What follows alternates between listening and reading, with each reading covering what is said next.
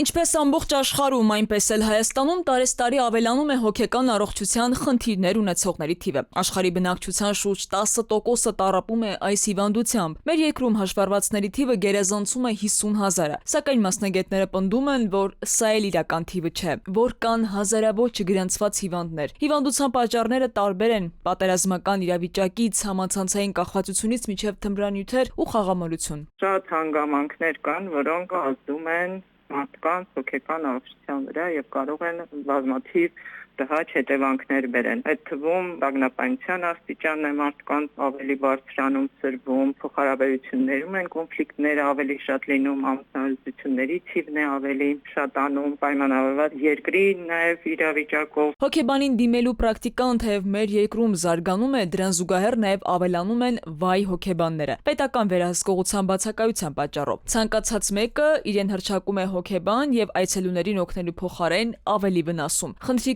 կանխարգելման եւ հոգեկան առողջության խնդիրներ ունեցողների թվաճը զսպելու համար պետք է ստեղծվեն համապատասխան կառույցներ, պնդում են մասնագետները։ Հոգեկան առողջության հայկական ասոցիացիան երկամյա ծրագիր են իրականացնում հանրակրթական ուսումնական հաստատություններում, ինչը ուղղված է հոգեբանի դերի արժևորմանը։ Եթե առաջ հոգեբանը ավելի շատ աշխատում էր սովորողների հետ, հիմա արդեն նա իր աշխատանքի տիրույթում պետք է գործունեություն ծավալի մյուս բոլոր կրթական գործընթացի մասնակիցների հետ, այդ թվում ծնողական համայնքի, ուսուցիչների, վարչական կազմի։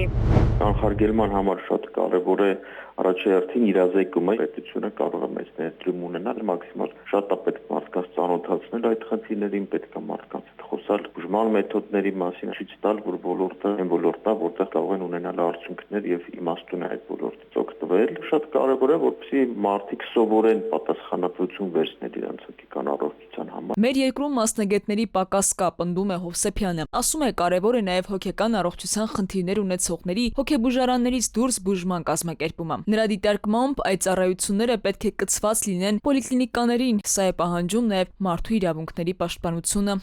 Քնարիկ Պետրոսյան, ժամը լրատվական։